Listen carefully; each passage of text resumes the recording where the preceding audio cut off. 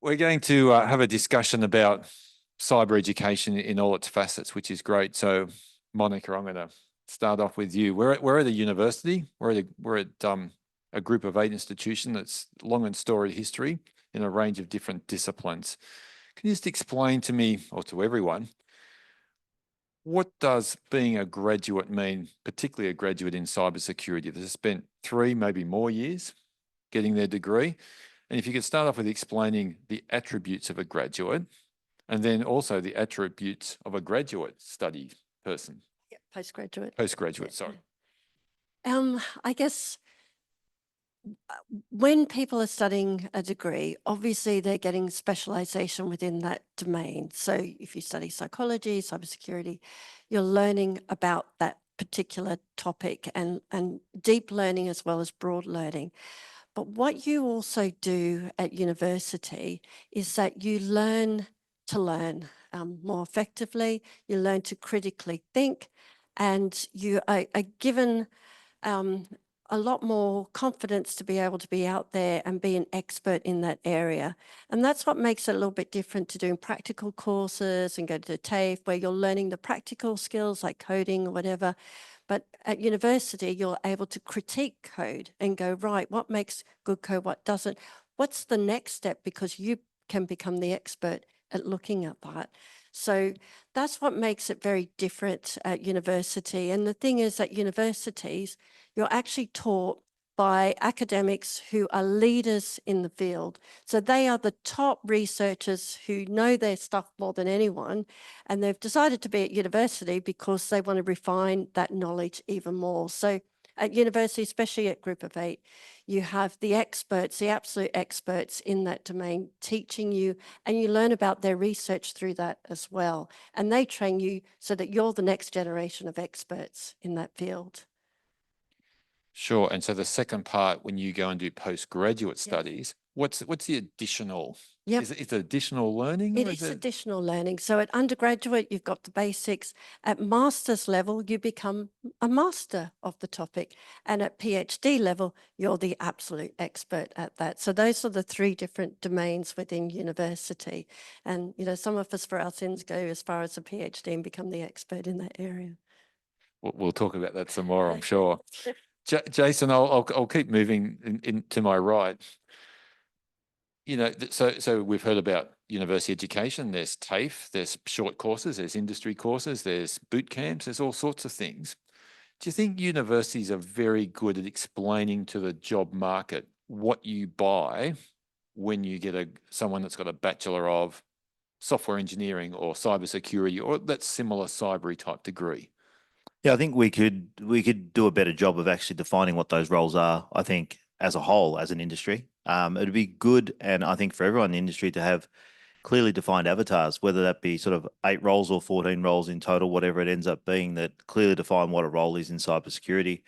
And I think with the schooling system, I think, often we talk about people going to university that are coming straight out of normal school, inverted commas, from high school and stuff. But I think it's a fantastic opportunity for people who've already been in the job force to look at actually a career change and get into cybersecurity, because I think we need a lot more people who have business skills as well. Because actually, understanding business and how business operates is a key skill.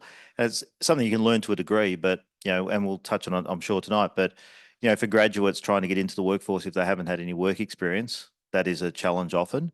But if you were looking for a career change and actually were looking to get into cybersecurity, some roles actually cross over nicely, from something you might already be doing or something you have an interest in. So, I think that, we could do a better job of clearly defining what that is as a whole industry, to make it easier for everyone, I think, to decide where they want to be or need to be their best in cyber. Yeah, no, I'm a firm believer in cross-pollination, and I talk about people young in their cyber career, not necessarily young in their age for that crossover. But Sandra, like this way now, you're at the end of your journey, and we just heard some really good comments about how to get placed into the work environment, how you learn, what you come out with graduate qualities. Can you just reflect on those sorts of things for your journey? Yeah, so I think for me, a really large part of that are placements and having that industry experience, and that being so important in teaching the things that universities perhaps sometimes can't. So things like communication, which is so crucial in the workplace, which is a bit difficult at a university level, but those sort of things have really helped me land a role. I think also having that fundamental knowledge that you learn at university helps me build on that when I'm in my job, and helps me expand on that, and being able to have that knowledge can then get me to do better things. And I've already got a good foundation before I've even started in a role.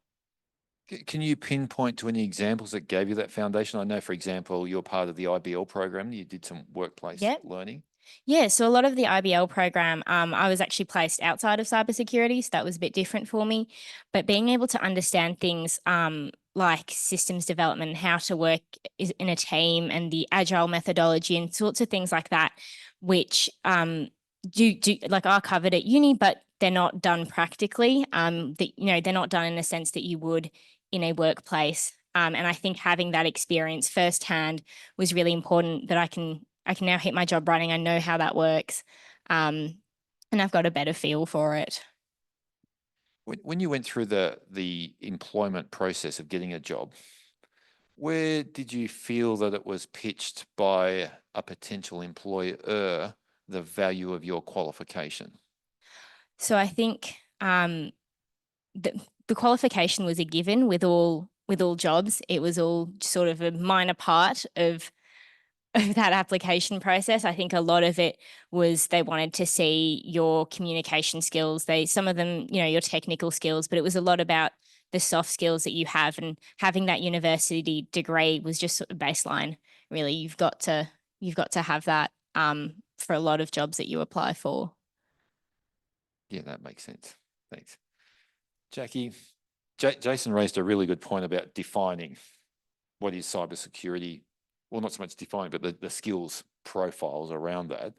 It's a big discussion, because I posed it to him in the way of, you have university, you have TAFE, you have various private sector courses, you have vendor-led courses. When you put your filter over it from the AWSN of trying to upskill more women into various broad workplaces, how do you guys put your thinking into, we should target this or we should target that, or we target none of it? Really great question.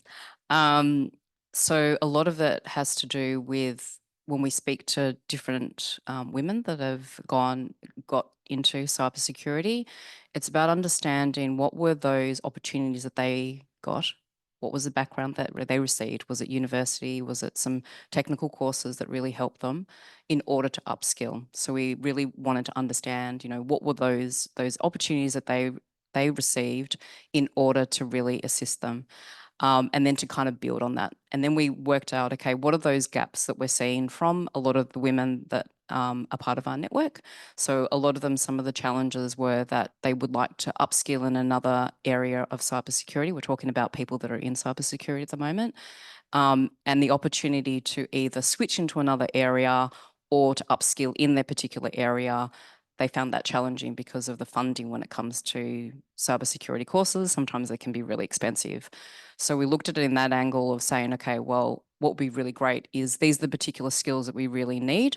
And these are some of the courses that are out there that can kind of assist with that, and to work on trying to make it accessible to these women, because a lot of the time it was just inaccessible in terms of cost, time, and things like that. The other thing that we like to support is to supplement, graduates and people that are studying as well. So having a look at, okay, so they're in a particular university course, or they might be in a particular TAFE. What can we actually do to give them more experience, hands-on experience, because that's really priceless in terms of those practical skills. So encouraging them to attend CTFs, competitions, doing those practical hands-on skills, and really giving them the confidence, because one of the things that we really found was, particularly for people that are entering in, it's really hard to ask questions sometimes. So we want to really create a great environment where they can practice their skills, be able to also get that hands-on experience, and build a really nice kind of network.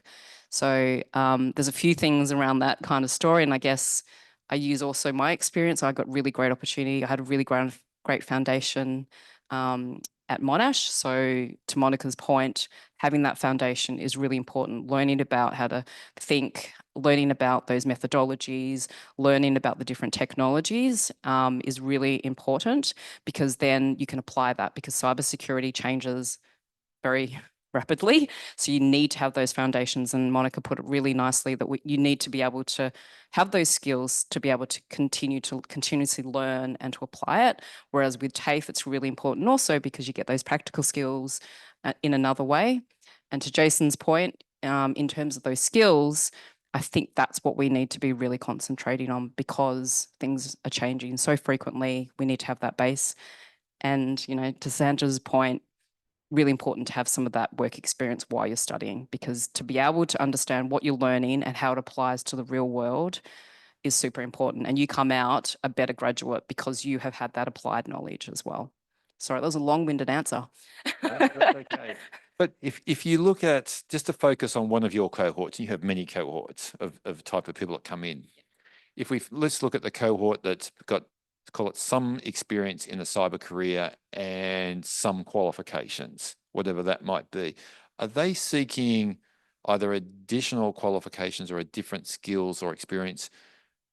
Are they trying to get promoted, or they just want a more interesting variety in their workplace, or they want to move sideways? What's the general motivation for I've got the baseline, I've got a job, everything's pretty good, now I want to go subsequent steps?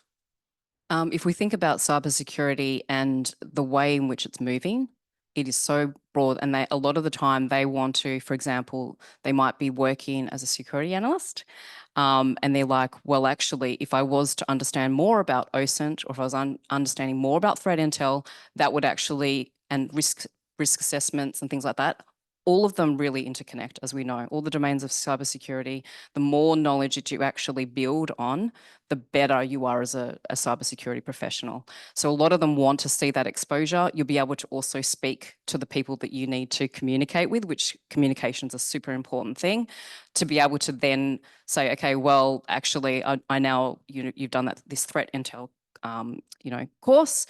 You can then speak their language. So then maybe potentially when a job comes up, they can actually move into that particular area.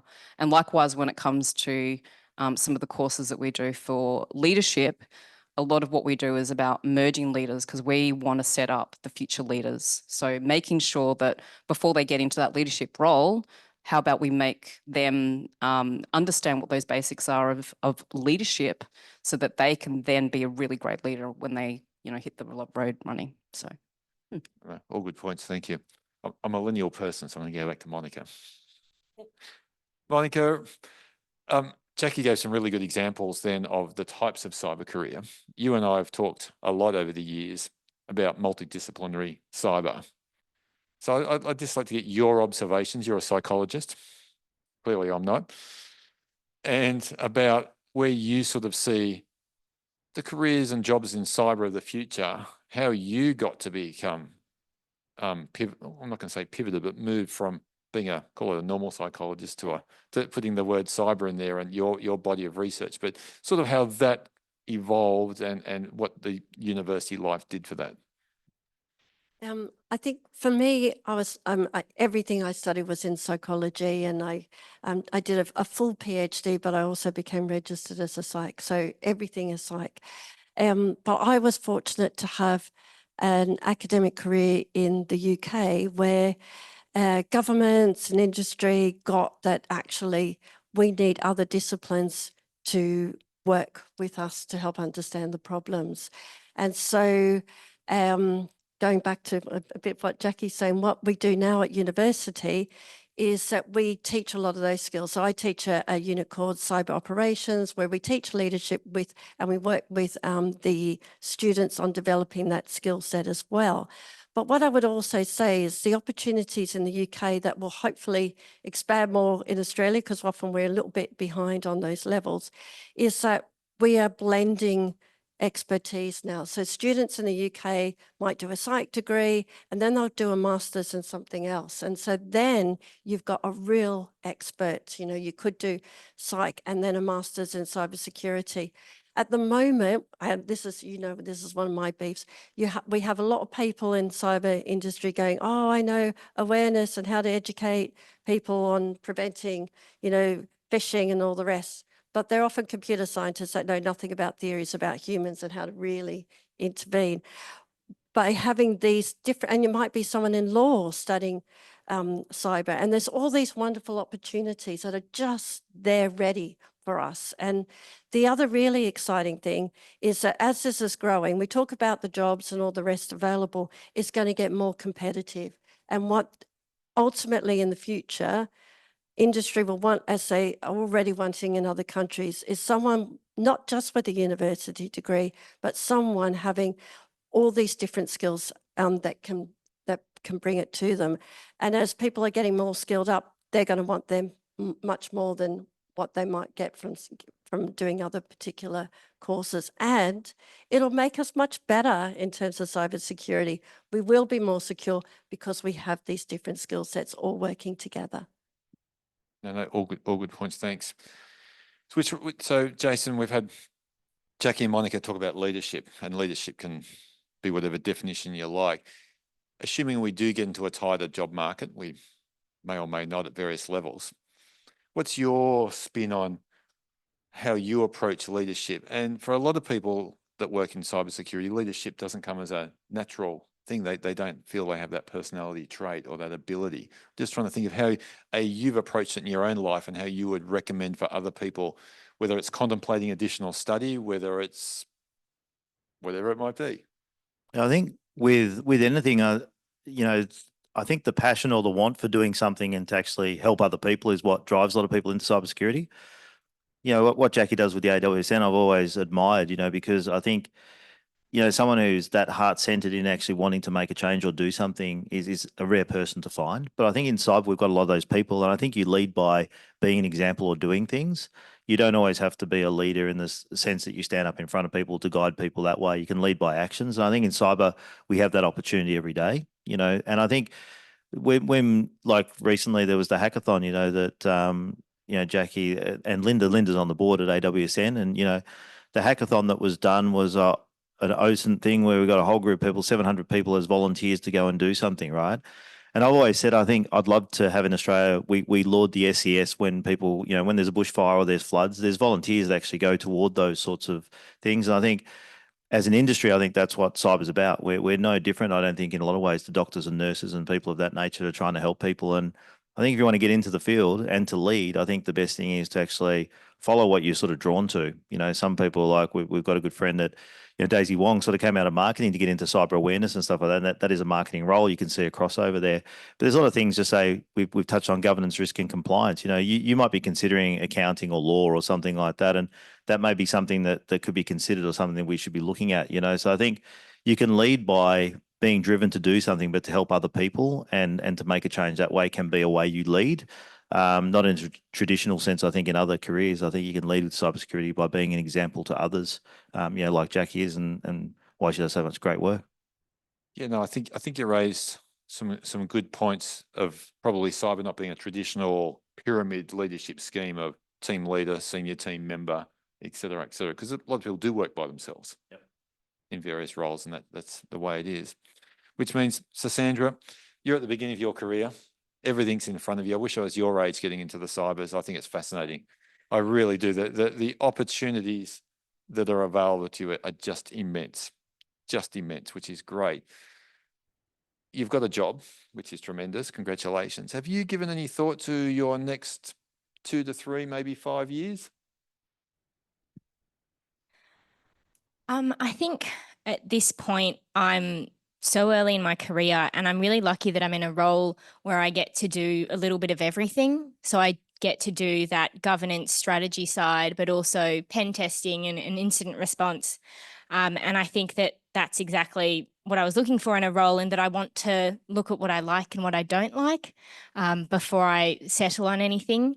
I think at university, I've done quite a lot of not pen testing, but a lot of technical skills, and being exposed to this this governance side is really different. And it's something that I really enjoy, and it's something I want to explore even more. And so I'm finding all of these different things in cyber, because there are so many roles available that I didn't even know existed. But it's just sort of working out what I like, what I don't like, what suits how I work, what suits my skills, and going from there. Yeah, no, I think it's my advice would be, don't necessarily make any firm plans, but think of the future. Jackie, I'll throw to you just on that. We have a brand new person, which is awesome in the market. How many entry-level positions really are there for cybersecurity professionals? Are we wanting the honest answer? Absolutely. Yeah. Because a follow-up question is going to be, how do we actually address that? Yeah, it's challenging. I think cybersecurity is, and this is a controversial topic, as you know. It is quite specialized. Like, you need to have a little bit of something in order for you to, like, business experience, or as Jason said, accounting experience, or, as Monica said, law experience, that you can then understand risk. You can understand how audit works. You can understand how IT works, because obviously cybersecurity, a lot of that is about that, how data works.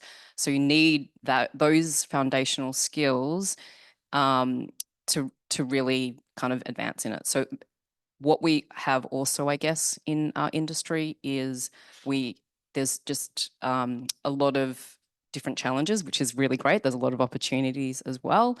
But in this economic situation at the moment, what I'm hearing and what I'm seeing is it's a little bit more challenging. So it just means that because headcounts are reducing, cost of living is increasing, budgets are being cut, etc., around the world.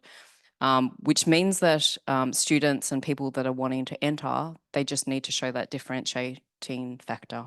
So they need to really know, okay, what they really want to do in terms of cybersecurity, and really hone in on those skills, and to really show when it comes to the CV or when you're doing an interview, how those skills are really transferable, and how those years of experience in something, even students have some of those skills, like, if you've been doing volunteer work for somebody, showing that really clearly about how that applies to your job, and really honing in on what those skills are to really bring that out, and do as much kind of volunteer work, join networks as well, industry groups, really important, join mentoring programs, really show that you're really active in the industry, do research, there's lots of different problems to solve in cybersecurity as well. So what are those differentiator factors that you can really use as your passion to bring that out, so then your CV or when you do an interview really pops, I think is kind of my tips to students or entry-level people that are trying to get into this sector that's quite a challenge at the moment. Yeah. Yeah, and it's hard. I think we acknowledge that, but life's hard.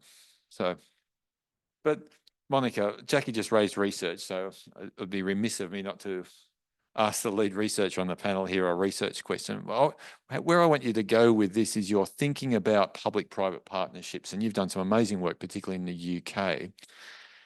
And as you and I have discussed, the UK is at a different maturity level than Australia when it comes to government and academia working together, let alone the private sector. If you can just tease out some of your thinking from your experience in the UK and how it worked, the good, the bad, and the indifferent, how would you see it here? And probably the third question is, what have we got to do? I have to say it's starting to improve in Australia. Yeah. So as researchers who are experts in the field, we like to work with industry and governments to help solve their problems. And we have the expertise to do that, but we need to work with industry to understand what the real problems are, because it gets messy, right? And I guess personally, the research that I do a lot of is that messy kind of real world research. So I can give an example to say, yay for Australia, we do some good stuff.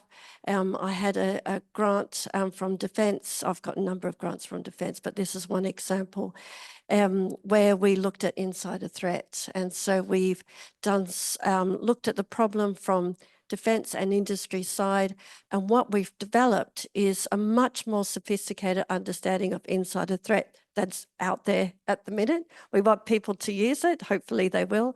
Understanding that the complexity of how the patterns of an employee in an organisation and the different steps they take that lead to that attack. We know particular indicators that tools at the moment are not using to be able to actually note that these are happening and warn the organisation, and also how to improve policy to prevent that stuff. So our research does that. What I'm pleased to say, at Monash, we have a lot of different programs in addition to our IBL, which is great. So they actually do work experience in their degrees. But in addition, we have summer projects that I've got students involved in that are just the undergraduates, learning about these things by doing research as well. And then they've got that to go out to the workforce as well. So I think one of the good things at Monash is our IBL program is actually very good. So very lucky to have done it. But also we get our students involved in that. And in cybersecurity, that's quite unique. We do that a lot more in psychology and other disciplines as well, but we're actually doing a lot more hands-on stuff and getting our students ready for that as well, that they can add that extra bit to the workforce, if that answers your question. Partly. Partly. The other part is Mm. working with industry to solve the big research problems of the day. Do you think industry understand that they have research questions? So yeah, I guess that goes to the maturity of the Australian industry and the UK and American industry, that yeah, Australia's not quite there yet, unfortunately. In fact, in the UK, I've had postdocs that have gone out and done some brilliant things with industry. One of them, for instance, is now working in America for MITRE and actually developing that program really well. And so, yeah, industry are not at that level of maturity yet, but it would be great that they do. And if they have, you know, people that are graduates going in with that research lens, they're going to do a whole lot better as well. So for a graduate student, there's a ton of opportunity. Oh yeah, and for industry, there's a ton of opportunity because they're going to have a different way of thinking about their problems. At the moment, there's a lot of blinkers thinking we know the answers, but they've still got these massive problems. So if they've got the massive problems, they obviously don't have the answers. We've got to work together on this. And it's like you were saying, you know, people in cyber are special, I think. They really, whatever area they come from to cyber, they all care about solving the problems. They all want to make a difference. They all want to protect society. They want to protect individuals. So this is how we do it even better. Yeah, awesome. Thank you. Jason, I want to continue the theme of industry. I'm going to hit you with from both sides of the coin. One is your thoughts on industry being the receiver of cybersecurity goods and services. Do you think they are, on the whole, mature to know what they want? Acknowledging that, as Jackie rightly said, budgets are appearing to reduce. And then the other side, from your experience in the startup community, we all know it's hard, but you know, are they, on the whole, call it the broader startup environment in Australia, are they actually solving problems, or are they coming up with solutions and then going backwards to the problem? Or just, I don't have any. Yeah, I mean, Australia's unique in size compared to the US and the UK in particular. So small business it's the backbone of the economy, right? So we're a very spread population of 26 million people over a wide brown land. And, you know, I think it's 98% of business in Australia are 20 people or less, and 99% are 200 people or less, right? So we're micro compared to the US. So when you're looking at industry, and we're overregulated in a lot of areas. So if you run a business here, you've got so much you have to cater for just to run your business. And then on the flip side of that is, you know, well, one of the piece of work I've done recently is chairing the CSCAU, which is the SMB 1001. So we've made a framework specifically for that market, right, for small business. Now, that's a combination of NIST and ISO 27001 and all the greatest hits from the UK and everywhere else in the world to say, for a small business, what would get them to maturity, right? From a bronze, silver, and gold sort of position. So we're trying to solve it in that way, right? That's one way of doing it. On the startup side, the difficulty here is we make up 1.3% of the cyber market as a country. So, and we don't get supported here. Like in America, they rah go startup, and in the UK, there's a lot more backing. In Australia, we don't really support our startups. If you want to do a startup, and I've done multiple startups, they ask you to put your house on the line. Oh, you want some VC funding? No. Take some equity out of your house and go start a business, right? There's no risk from anyone else except the person starting the business. And then when you get that business up and running, you go to government or you go to big business and say, do you want to go and use us? No, well, we just use Microsoft or, trusted vendors, from overseas. We can't take a risk and do that. And we flip side that to Israel, right? 10 million head of population, 30% of billion-dollar companies in the world. So, if you are entering, I hope it's for people, and we are solution solvers. We need to encourage that, because a lot of our good businesses like BugCrowd and Casada and that end up going over to the US, and Intel 471, all these companies are Australian companies. To be successful, and I've had to do it with Cyberware and even 6Clicks and other ones I've been involved with, you have to go offshore. And then we're not keeping the money here or the brains and everything in here. So, as a student, something you do need to consider is that if you want to be successful, you may have to go offshore as well. Like that may be something you have to do if you want to take that part. But I think there's a lot of stuff we can solve. And we did look to the UK when we were at Cyber to do some education piece of work, and sort of we fast tracked ourselves by a couple of years. So I think we do need to look offshore. And as a student, you should be looking at things outside the course too, to more broad range your skills. Just don't rely on being on campus and learning what you learn there. Learn outside the classroom as well, about life, not just cybersecurity. Do you think we're getting better at it though, from assisting or helping our startups solve the wicked problems? No, we're not. No, we need to do better at that. And I think the Australian Cyber Network, while we're building that, is to lift that maturity, right? Because Cyber did a good thing of starting, and I think we had a handful of businesses. In Australia, we've got over 300 cyber businesses now in Australia. And the workforce was about 11,000 when we started. It's 120,000 now. So there was some piece of work done. So we can see there's been maturity over there. But where businesses get stuck is it's easy to start, and sometimes it's hard to grow and scale. And where a lot of businesses fell over, especially during COVID, unfortunately, Australia was in that scaling part, and that's where the failure rate was quite high. So we want to help businesses get over that hump and get into producing more, billion-dollar or sort of unicorn-style companies here in Australia. I think we can do that, but we just need to collaborate a bit more and not be so siloed. And that's working in conjunction and collaboratively with each other rather than working individually. And I think that's something that we can drive through schools and get industry involved and get everyone involved, in government working collaboratively and together to actually make that happen. Yeah, so it's obviously a huge piece of work. Yeah, no, it's massive, and I think we're making strides, and working with the likes of Jackie. There's a lot of like-minded and similar people trying to do the same work. And Jackie and I had this conversation when I was at Cyber. Is the government kept giving out grants and things to do, which were often like they were hedging their bets. They were saying, we'll put some money here, we'll put some money here, and put some money there, rather than getting the A team or a good team of people together to solve for a problem and combining groups to actually work on something. They were saying, we'll just give the money to that group. And they may have some skill, but they don't have total skill set. So we need to work better to get the best team of people together to solve for the problems we need to do here in Australia. And we need to copy the homework offshore. There's good things happening in the USA and parts of Asia and other parts of the world that we should be copying and saying, that's working, let's bring that here and fast track that. Because I think in some ways we're a few years behind. Some say 2, some say 7, some say a century, depending on what part of Australia you're in. But there is some gaps, right, that we need to fill, and we need to fast track, and we can do that. But yeah, we hope to get better, and we've got something to guide us now. We've got the 2030 strategy. So for students, it's worthwhile reading and seeing where Australia wants to go aspirationally to see where you might be able to help there as well. But there's pieces there. We just need to put them together. Yeah, no, good point. Speaking of the good point with the 2030 strategy. So Sandra, are you aware of the 2030 strategy? That's okay. When you were doing your studies, did you have much in the way of entrepreneurship that was taught to you? Not a whole lot, if I'm being honest. Okay, there's no right or wrong answer, by the way. I'm just wondering, because there is a lot of problems to be solved, and not everyone has to create a startup. But I was just wondering if that was one of the many lessons you had. There are lots of courses and programs that you can join and that were offered around starting up a business or having ideas and where to go from there. and I think there's a Google one that was quite popular as well. Just personally, I never really explored that.